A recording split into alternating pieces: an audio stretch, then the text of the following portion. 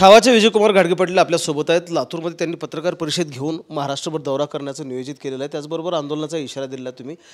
अजितदादांनी तुमचा शब्द जो आहे तो पाळला नाही किंवा त्यांनी दिलेला शब्द जो आहे तो पाळला नाही असं तुमचं म्हणणं आहे। नेमकी काय भूमिका आता घेते छावा? नाही, दादाने आम्हाला शब्द दिला होता की मंगळवारपर्यंत कृषी मंत्र्याच्या बाबतीत निर्णय होणार आहे आणि आम्हाला अपेक्षित होते की कृषी मंत्री हा बदलला गेला पाहिजे, काढून टाकलं पाहिजे। त्यांना चुकीचं वक्तव्य ते वारंवार करतायत, रमी खेळतायत। अशा असंवेदनशील व्यक्तीला तुम्ही काढा म्हणून दादाला आम्ही सांगितलं होतं। दादांनी मला सांगितलं होतं की मी शब्दाचा पक्का आहे, हे महाराष्ट्राला माहिती आहे आणि मंगळवारी निर्णय होईल।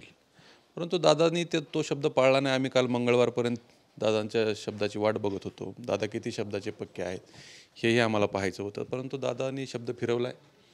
दादांनी निर्णय घेतला नाही, त्याला काही समज दिली म्हणून कळतंय। अशा पद्धतीने चुकीचा निर्णय झाला आहे। शेवटी दादांना या रोषाला सामोरं जावं लागणार आहे। शेतकऱ्यांच्या पोरांच्या महाराष्ट्रातला शेतकरी सध्या प्रचंड संतापाच्या मानसिकतेत आहे, संतापाची लाट आहे आणि शेतकऱ्यांसोबत दादांनी शब्द फिरवला आहे। कसा दौरा असणार आहे महाराष्ट्रभर तुमचा? नाही, मराठवाड्याचा दौरा होणार आहे आमचा सुरुवातीला। उद्या शनिवारपासून मी बाहेर पडतोय। नांदेड जिल्ह्यापासून या दौऱ्याची सुरुवात होते। नांदेड, परभणी, हिंगोली, जालना, संभाजीनगर, बीड, धाराशिव आणि लातूर हा पहिला टप्पा आणि त्याच्यानंतर दुसरा टप्पा आम्ही विदर्भात जातोय।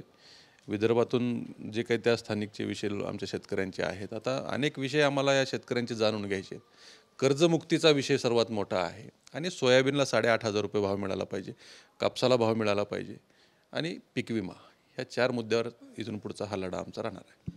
अजितदादांनी जर माझं ऐकलं नाही तर मी मुख्यमंत्र्यांना भेटेन आणि प्रसंगी राज्यपालांनाही भेटेल असं तुम्ही सांगितलं होतं। आता अजितदादांनी तर तुमचं ऐकलं नाही, मग पुढं काय करायचं ठरवलं? तुम्हाला एक सांगू का, हे सगळे एका माळ्याची मणी आहेत।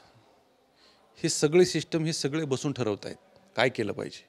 आता एक राज्याच्या कृषी मंत्र्याला काढायचं नाही किंवा काढायचं, दादा आम्हाला काय म्हणले, मुख्यमंत्र्याशी चर्चा करून मी ते करणार आहे।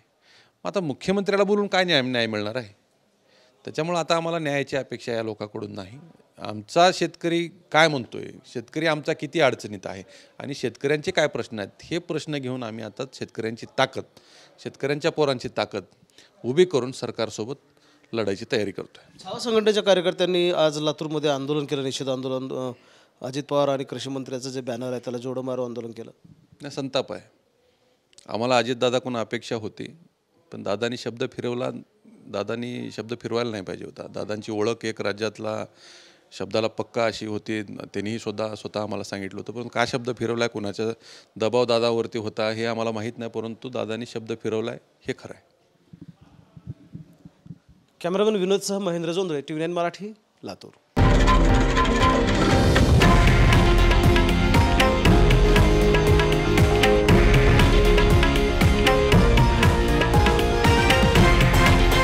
हे आहे देशातील नंबर 1 न्यूज नेटवर्क आणि आपण पाहत आहात TV9 मराठी, एकमेव।